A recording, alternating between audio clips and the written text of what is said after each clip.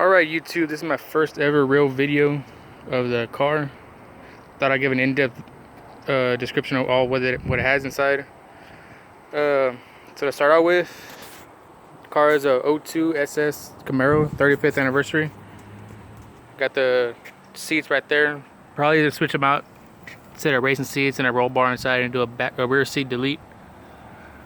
Outside up front, got the Race Star, the Dexton tires. In the rear, Race Star wheels as well with Mickey Thompson ET Street. These are 15x8, but still looks pretty good. Kind of wish it was 15x10. As far as the back, pretty much all original.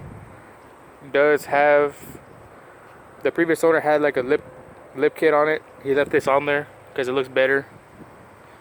With the bigger tires in the back, car looks lower instead of being up so high.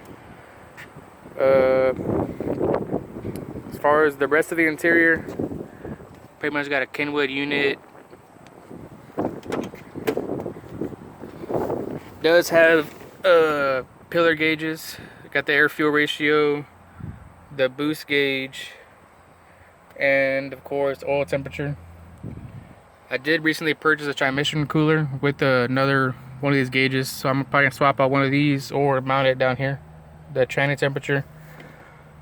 It does have the 4L60E, so I kind of wish it was a 6-speed, but oh well. Better for racing.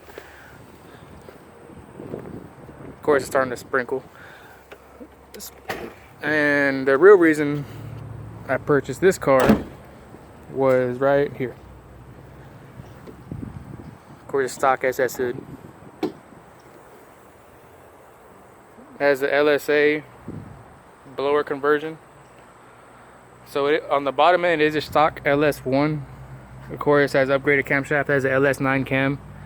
Has the Ls3 GM Performance LSX cylinder heads. Then your Ls3 drive system. Your pace setter long tube headers. Of course, the LSA blower. The Nick Williams, I think it was 102mm throttle body. The cold air intake. 80-pound injectors. Optima battery, of course.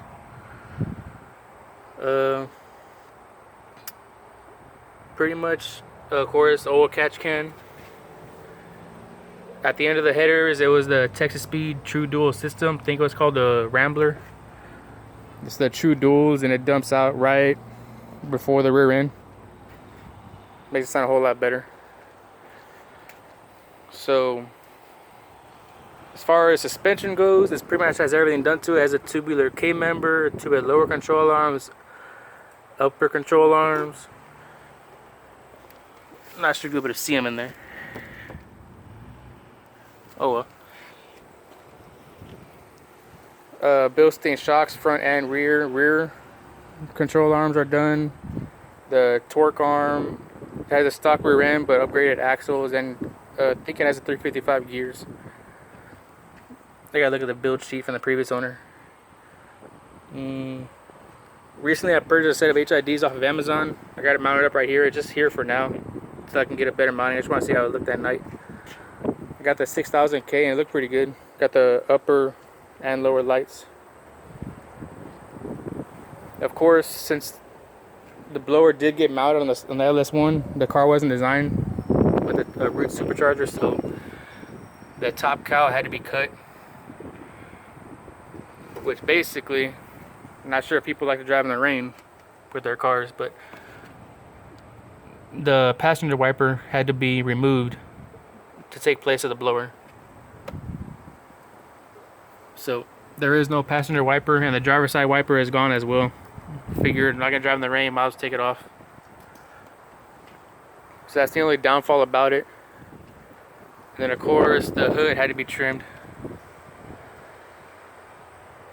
I kind of want to put a cowl hood on it to give a little meaner look from the side view, but still up in the air about it. So that is pretty much it. Of course, T-top.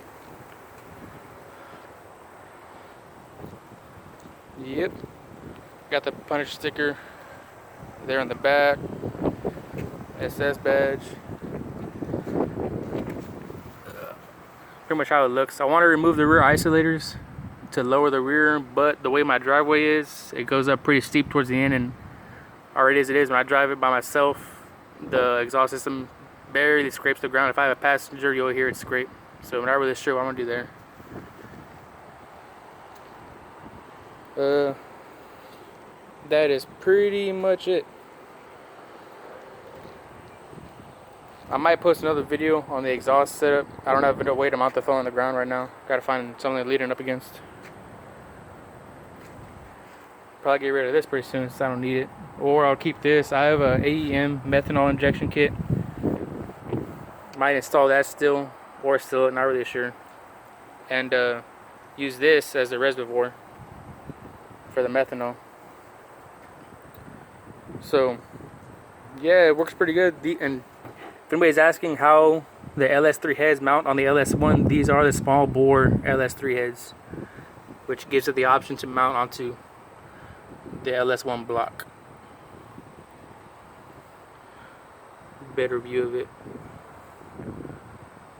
I do want to upgrade the alternator pulley and one of the other pulleys. I want to make sure all pulleys are an 8 rib. That way I can get an 8 rib belt instead of a 6 rib to eliminate any belt slippage. So yep, that's pretty much it. If you have any other questions, just put in the comment section. So like I said, this is my first real video. Not really sure how all this works yet. Still kind of new to the channel. So yeah, that's pretty much it. I'm sure I'm forgetting something. If I forget anything, I'll be sure to post it. And in the description, I'll try and put all the... I'll go off of the build sheet and put all that it has. So yeah, if you have any questions, let me know. Thanks.